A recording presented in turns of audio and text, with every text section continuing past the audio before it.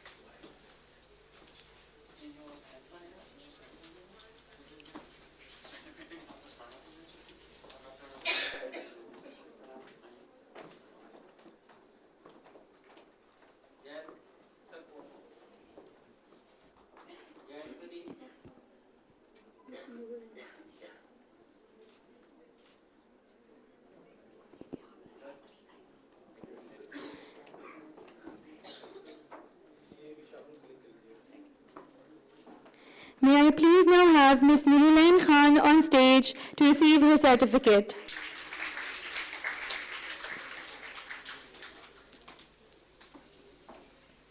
We'll be having her colleague take her certificate in her absence.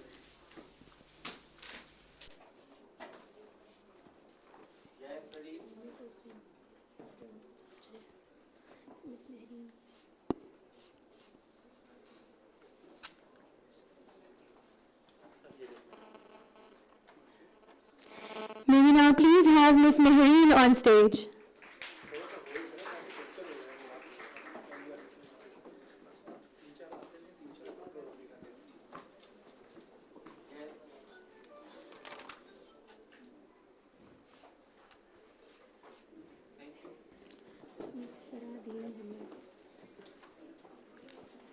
नहीं है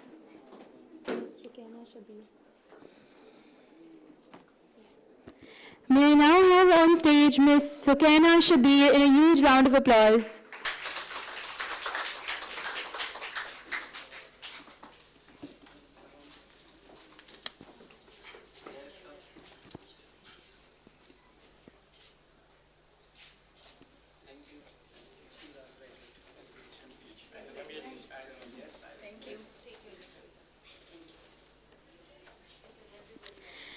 May I now please have on stage Dr. Sadaf Naeem.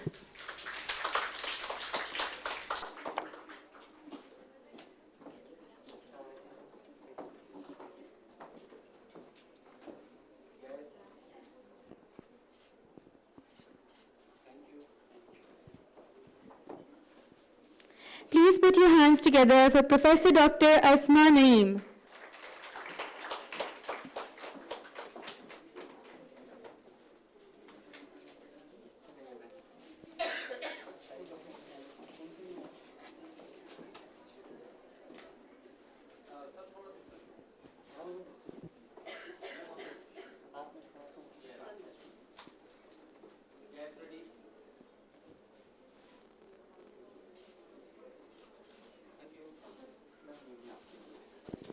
And last but not the least, please welcome on stage Ms. Maria Muhammad Ashraf.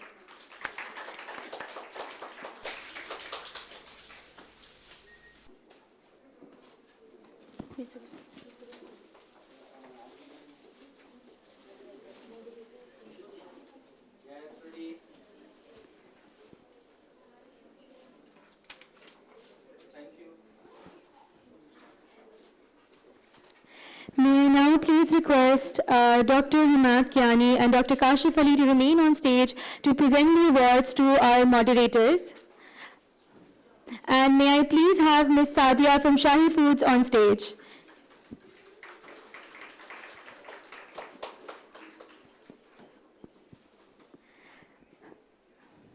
Please put your hands together for our moderator, Dr. Amrina Khatoon.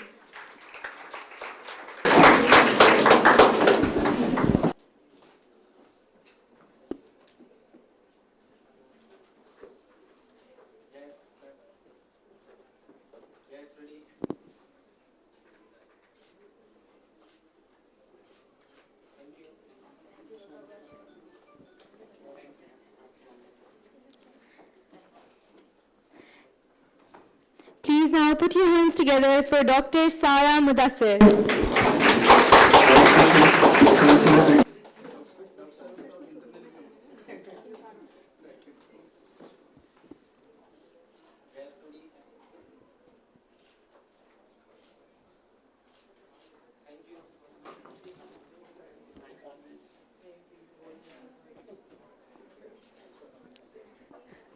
Thank you, ma'am.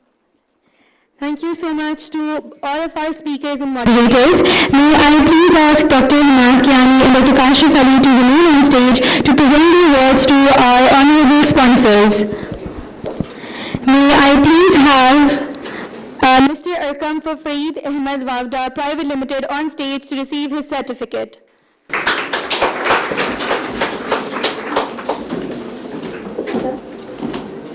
Thank you so much.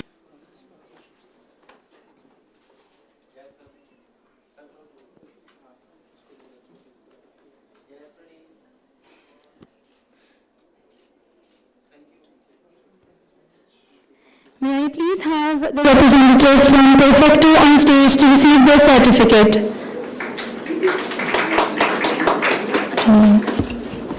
May I please have Ms. Sadia from Shahi Foods on the stage to receive her certificate.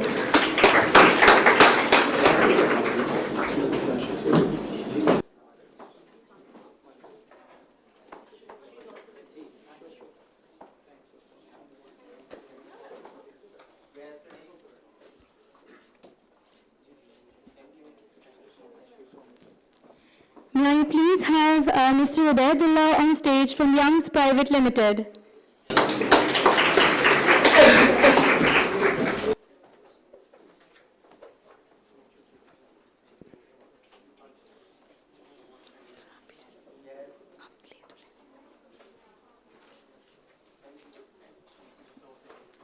May I please have the representative from Sahara International to come on stage and receive their certificate.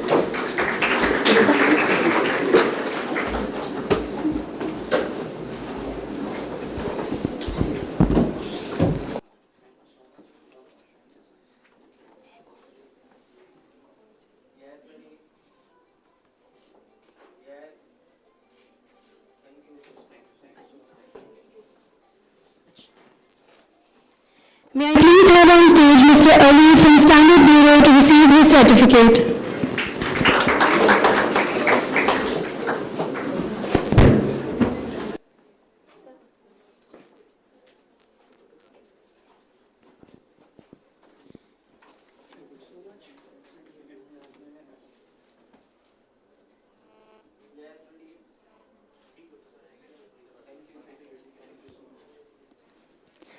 Thank you so much, sirs, for the award ceremony, and thank you to all of our moderators and sponsors who took part in today's conference and made this a success. With this,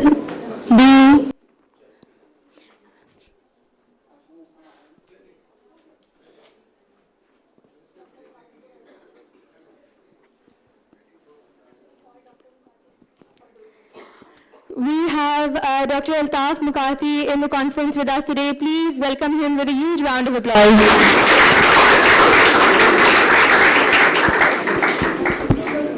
We have all the Faculty of Life Sciences and our moderators on stage for the group photo. And may I also have Dr. 𝗟𝗏𝗪𝗏𝗀𝗏 to come towards the stage. In a huge round of applause.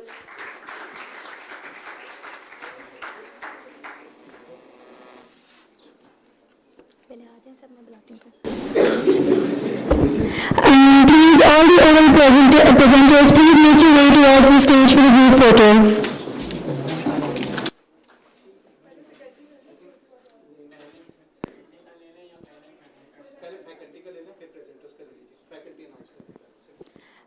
All the Faculty of Life Sciences, please make your way towards the stage for the group photo.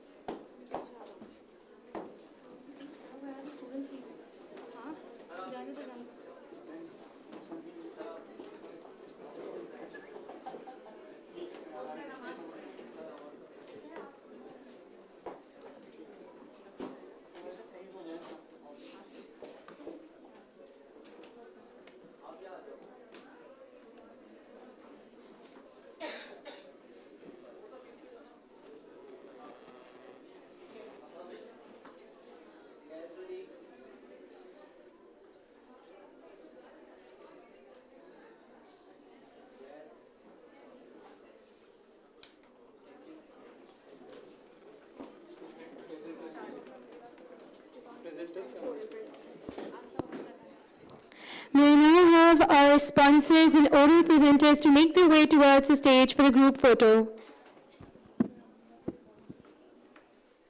And may I please have our moderators, Dr. Ambrina and Dr. Saya on stage.